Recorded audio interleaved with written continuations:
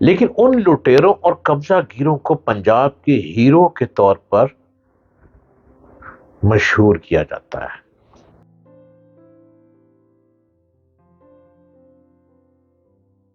Hello every body, ہائے، السلام علیکم۔ آپ دیکھ رہے ہیں یوٹیوب چینل ڈاکٹر جلیل اسلم آفیشل۔ پنجابی اپنی تاریخ کیوں بھولے ہوئے ہیں؟ پنجابی کو بھولتے چلے جا رہے ہیں۔ دہلی سے لے کر پشاور اور کشمیر سے لے کر کشمور تک علاقہ پنجاب ہے۔ آپ کو پتا ہے؟ آپ کو ریسرچ کا شوق نہیں پڑھنے کا۔ اب میں یوٹیوب پہ آنے لگ پڑا ہوں تو میں آپ کو بار بار مختلف چیزوں کی سیر کرواتا ہوں، اور یہ علاقہ تاریخی طور پر پنجاب قوم کا علاقہ ہے۔ البتہ پنجاب کے علاقوں میں لٹیروں نے لوٹ مار اور قبضہ گیروں نے حکمرانی ضرور کی، لیکن ان لٹیروں اور قبضہ گیروں کو پنجاب کے ہیرو کے طور پر مشہور کیا جاتا ہے۔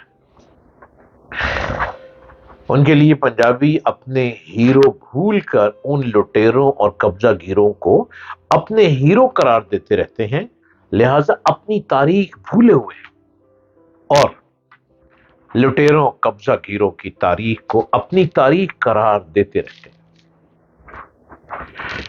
پنجابیوں کو اپنی تاریخ سے آگاہ ہونے کے لیے یہ یاد رکھنا چاہیے کہ 10ویں صدی عیسوی میں پشاور پنجاب میں شامل تھا، اور اس کا حکمران کھٹانہ گجر جے پال تھا۔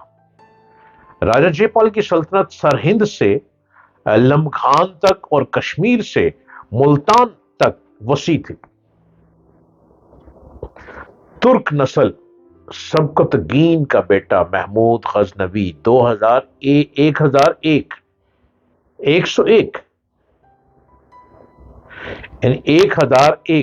میں چونکہ مسٹیک نہ کر جاؤں، بڑی امپورٹنٹ بات کر رہا ہوں، 1001 میں اسلام کا جھنڈا لہراتا ہوا پنجاب پر حملہ آور ہوا۔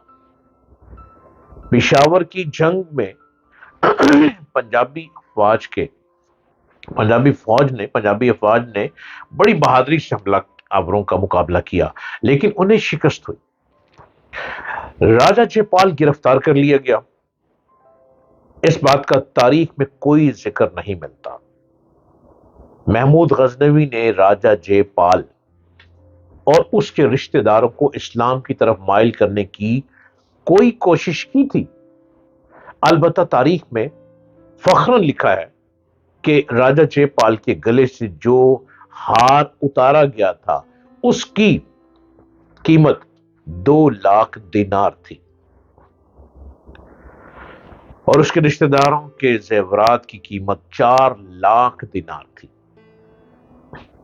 اس کے علاوہ مزید مال غنیمت بھی محمود غزنوی کے ہاتھ لگا۔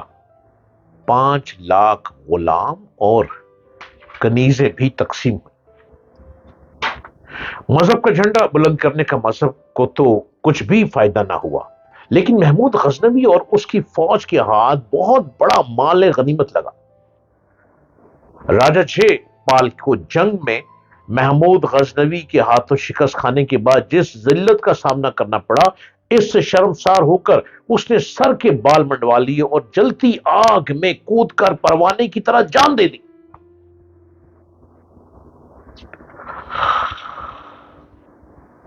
راجہ جے پال کے بعد اس کی 2 نسلیں پنجاب کی حفاظت کرتے ہوئے ترکوں سے نبردست ہوئی، لیکن جنگ کا فیصلہ ان کے خلاف ہوا۔ محمود غزنوی نے 1008 میں حملہ آور ہو کر جے پال کے بیٹے پنجاب کے حکمران راجہ آنند پال سے پشاور چھین لیا۔ آنند پال کے بعد 1022 تک اس کا بیٹا جے پال ثانی لاہور پر حکمرانی کرتا رہا۔ محمود غزنوی نے 1022 میں لاہور پر حملہ کر کے لاہور کے غزنوی سلطنت کا حصہ بنا لیا لاہور کو۔ پھر 1799 میں مہاراجا رنجیت سنگھ کے پنجاب پر راج سے پہلے 777 سال تک کبھی بھی کسی پنجابی کی پنجاب پر حکومت نہ رہ سکی، اور غزنوی، غوری، خلجی، تغلق، بلبن، لودھی، منگول، سوری، ابدالی پنجاب پر حکمرانی کرتے رہے۔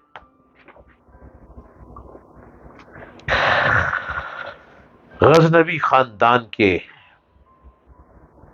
1187 میں ترک نسل کے غوری خاندان کے ہاتھوں زوال کے بعد پنجاب پر ترک نسل غوری خاندان نے حکومت کرنا شروع کر دی۔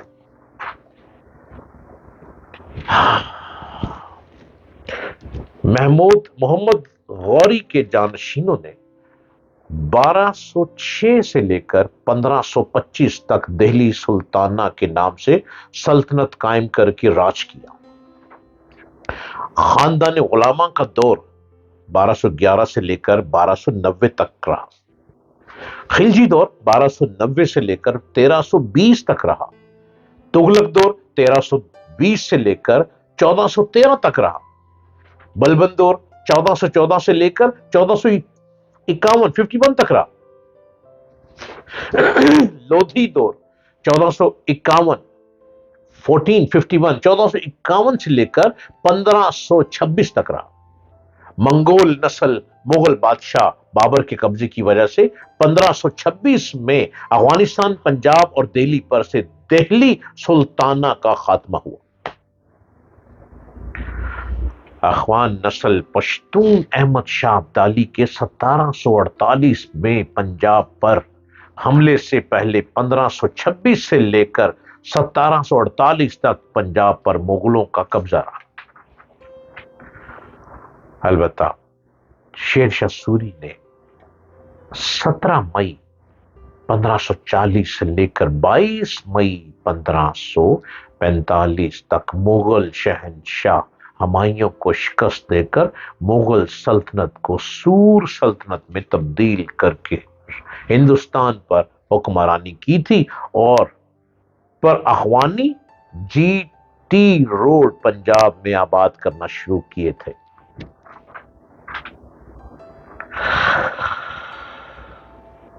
شیر شاہ سوری کی ہلاکت کے بعد 1545 سے لے کر 1553 تک اس کے بیٹے اسلام شاہ سوری نے ہندوستان پر حکمرانی کی اور پنجاب پر مزید اخوانی جی ٹی روڈ میں آباد کیے۔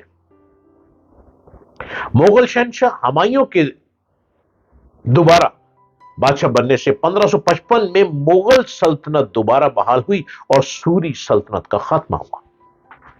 سوری سلطنت 15 سال تک قائم رہی اور سوری سلطنت کے 7 سلطان فائز رہے، جنہوں نے پر اخوانی جی ٹی روڈ پنجاب میں آباد کرنے کا سلسلہ جاری رکھا۔ سنتے چلے جائیے اس کا پارٹ 2 کہ پنجاب کے بارے میں گفتگو کر رہا ہوں کہ پنجاب پر کون کون آیا، کس کس نے حکمرانی کی، اور کہاں کہاں سے پنجاب ٹوٹتا پھٹتا لٹتا ہوا آج پنجاب راج کر رہا ہے۔ پارٹ 2 میں سنیں۔